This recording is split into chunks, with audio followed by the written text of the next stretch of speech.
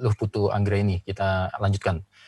Bu Anggreni, apa upaya atau pendampingan apa yang dilakukan oleh pihak P2TP2A terhadap kasus ini, terlebih kepada lebih ke korban ya Ibu ya, boleh dikatakan. Seperti apa Ibu? Kalau kasus seksual memang ini kan agak spesifik ya. Jadi kita biasanya lebih bergerak di psikologis korban dulu. Jadi ketika kami dari awal biasanya kan dapat rujukan dari kepolisian atau datang langsung ke kami atau kami yang jemput bola ketika ada kasus misalnya di media terungkap, kami melakukan pendekatan dan kebetulan kasus-kasus ini datang ke kami dalam situasi yang juga luar biasa membutuhkan dukungan psikologis dulu. Jadi kebetulan psikolog kami sudah siap gitu. Jadi psikolog kami yang lebih melakukan pendekatan. Terus kami, nah karena kalau yang pertama kan kita yang langsung ayo kita laporkan. Karena ini kasus incest, mereka kadang-kadang di situ agak paniknya berpikir ini kalau lapor semua akan kena. Karena kan keluarga. Jadi mempersiapkan diri mereka untuk pelaporan ini sebenarnya sudah luar biasa. Jadi ibu butuh siap keberanian melapor, ya. kebetulan yang melapor adalah tantenya. Ya, Oh. jadi tantenya sudah siap mau melapor, neneknya sudah siap mau melapor, pamannya sudah siap, karena yang dihadapi adalah suami adiknya, gitu. Seperti itu. Nah kemarin juga kasus yang terakhir, ibunya ini mulanya sangat khawatir kan, kalau saya harus laporkan, tapi anak saya sudah bengong-bengong, depresi, sudah ketakutan. Jadi ibu harus dikuatkan. Ibu siap tidak membela anak ibu, karena ini bukan delik aduan. Ini bukan orang bisa mengadu kemudian cabut. Ini harus dipersiapkan mental bahwa ini persoalan hukum, anak ibu harus dilindungi, anak ini orang yang berharga yang masa depannya tidak boleh dirusak begini saja. Jadi kita meyakinkan dulu agar siap melapor. Jadi si korban, keluarga korban kita siapkan, ayo kita melapor. Kayak kemarin kita ternyata dibutuhkan untuk lebih memperkuat psikologisnya dulu agar si siapan melapor ini betul-betul siap, kuat gitu. Karena kalau sudah berhadapan dengan hukum, ini tidak main-main ya. Jadi hukum segera akan ada fase yang agak panjang, ada pengaduan kepolisian, kejaksaan, di pengadilan, itu akan membutuhkan waktu dan mental yang harus kuat.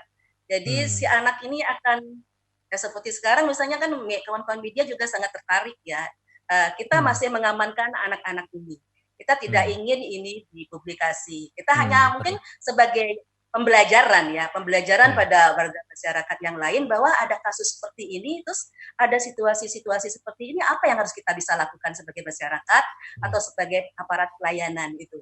Jadi itu yang kita lakukan, selain ya pendampingan hukum, seperti kemarin kami melakukan siap ke persidangan, mendampingi anak, kami juga mencoba mengkontak LPSK, Lembaga Perlindungan Saksi Korban, karena negara memberikan perlindungan pada anak-anak korban ketika ada persoalan psikologis yang ini anak miskin, dia harus ke psikiater terus-menerus, dia butuh obat. Nah, siapa yang akan menanggungnya?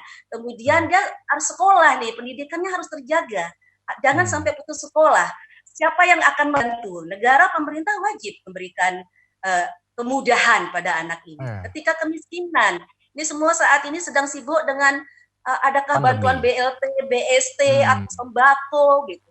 Kemudian ada persoalan yang kecelakaan seperti ini.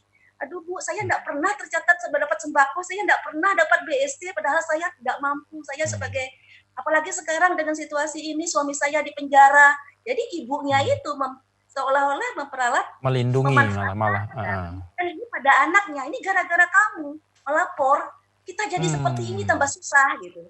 Nah yang seperti ini yang harus, jadi negara atau pemerintah ini bahwa mereka itu sudah korban, jadi wajib mendapat perhatian lebih serius. Jadi ada perlindungan khusus yang harus kita berikan pada mereka.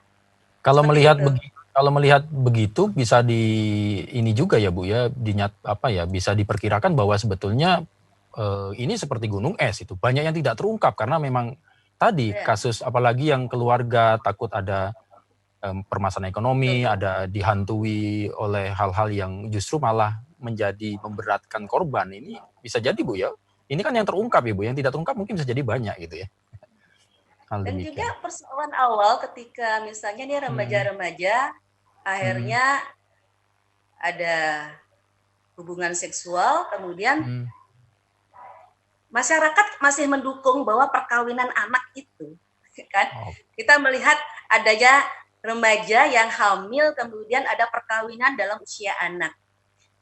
Memang waktu itu tidak ada keterlibatan adat, karena adat pasti tidak berani menjadi saksi dalam perkawinan anak. Bahkan juga biasanya administrasinya tidak ada. Padahal dalam hukum, ketika orang tua ingin mengawinkan anak, dia harus memproses di pengadilan dulu. Dia harus ada izin pengadilan, ada dispensasi pengadilan untuk mengawinkan anak-anak. Nah, dari awal ini para orang tua tidak tahu gitu. Jadi mereka karena bersepupu ya dikawinkan begitu saja.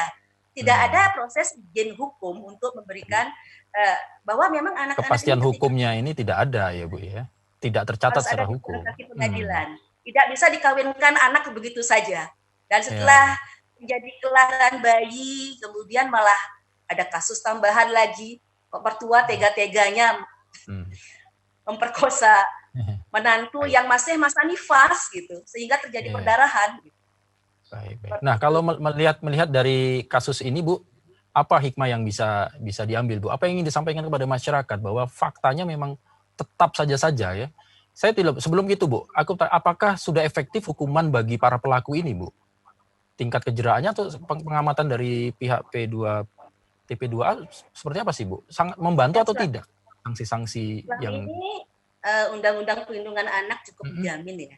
Karena minimal kan ada hukuman minimal 5 tahun penjara, maksimal 15 tahun penjara. Bahkan kalau kasus seksualnya itu sadis gitu ya, bisa ada tambahan kayak Undang-Undang Kebiri itu. Jadi kan Undang-Undang Perlindungan Anak sudah direvisi dari nomor 35 tahun 2014, kemudian direvisi lagi dengan Undang-Undang yang Kebiri itu nomor 17 tahun 2016, bahwa akan ada pemberatan sanksi seksual kalau kasus itu seksual.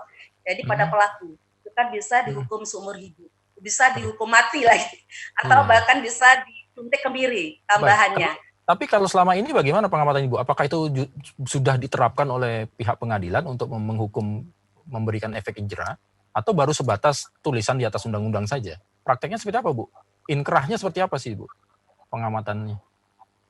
Sudah lumayan cukup tinggi, biasanya di atas 5 tahun. Biasanya di atas 5 tahun. Dan ya ada 7 tahun, 8 tahun. Jadi melihat situasi yang terjadi ya. Tapi memang ketika itu kasusnya memang memberikan dampak yang luar biasa pada anak, harapan kami ya cukup tinggi agar betul-betul memberikan pemberatan di sana. Ya, tidak bisa melakukan itu lagi. Baik, Ibu Anggreni, terakhir melihat dari kasus kemarin yang cukup membuat perhatian kita lah. Hikmah apa atau apa yang ingin disampaikan kepada masyarakat supaya ya ini memang kita harus terus meneruskan mengingatkan kepada masyarakat faktanya memang kasus-kasus ini terus saja ada gitu kan. Apa Bu terakhir bisa yang disampaikan? Ya, kami ingin menyampaikan pada masyarakat ya khususnya Kota Denpasar dan juga pemerintah Bali ya, bahwa kasus kekerasan seksual ini luar biasa dampaknya pada anak, pada korban. Jadi semuanya wajib peduli, dan itu kasus kekerasan seksual bukan delik aduan, bukan bisa dilaporkan kemudian dicabut. Kemudian tidak boleh orang-orang abai, pembiaran itu tidak boleh. Ketika melihat ada situasi kekerasan terhadap anak, apalagi seksual, itu tidak boleh ada pembiaran. Semua wajib bahkan bertindak segera untuk melaporkan situasi itu. Tidak boleh bahwa itu baru ternyata pelakunya orang dekat, aduh rasanya ewo pekewo atau ini akan menambah urusan hukum, urusan macam-macam gitu. Tidak boleh ada hal seperti itu. Jadi ini bukan delik aduan, wajib masyarakat bergerak, dan pembiaran terhadap kasus seperti ini itu malah dihukum. Ada pasal yang menghukum orang-orang, pihak-pihak yang melakukan pembiaran terhadap persoalan seksual. Jadi kita harapkan semua masyarakat mendukung gerakan agar menghapuskan kekerasan seksual terhadap anak-anak. Jadi ketika itu memang pelakunya ada orang dekat, mungkin ini perlu ekstra penguatan ya, perlu ekstra pemberdayaan bahwa ini harus disikapi segera, jangan dibiarkan. Itu dari saya. Dan juga mungkin ada persoalan terakhir kemarin ketika ada persoalan anak-anak menjadi putus sekolah gara kasus ini. Jadi ketika mereka ingin sekolah, jadi ibu korban ingin sekali anaknya sekolah lagi, ternyata dia hanya pekerja rumah tangga yang dengan 3 anak, dia tentunya harus ekstra keras ya, karena ada tidak ada kemampuan finansial maksudnya. Dia berharap siapa yang sekarang ini menafkahi saya, karena suaminya sendiri ternyata sudah punya istri lain lagi gitu. Jadi hal seperti ini menjadi pesan tersendiri ya. Jadi kita inginkan anak-anak tetap sekolah. Jadi menghadapi kasus ini udah ada kasus hukumnya, tapi hak pendidikan atas anak itu wajib kita bantu sama-sama. Terima kasih Ketua Harian P2TP2A Denpasar, Luh Putu Anggreni. Terima kasih Bu atas waktunya telah bergabung bersama Kompas TV. Nah saudara, memang kasus kekerasan seksual yang terjadi kerap kali memang berada di lingkungan terdekat keluarga. Dan hal ini menjadi salah satu poin yang memang menjadi PR bersama, bahwa tidak semudah yang diperkirakan bahwa apabila terjadi kasus di dalam sebuah keluarga atau apabila ada hubungan keluarga, kadangkala ini menjadi salah satu penyebab juga yang membuat banyak kasus yang tidak terungkap. Namun demikian, kita memastikan bahwa apabila terjadi kekerasan seksual di rumah pun atau dimanapun berada, itu adalah termasuk delik hukumnya dan merupakan tindak pidana kriminal. Terima kasih saudara atas kebersamaan Anda. Nanti kita akan lanjutkan lagi informasi-informasi, berita-berita lainnya setelah yang satu ini.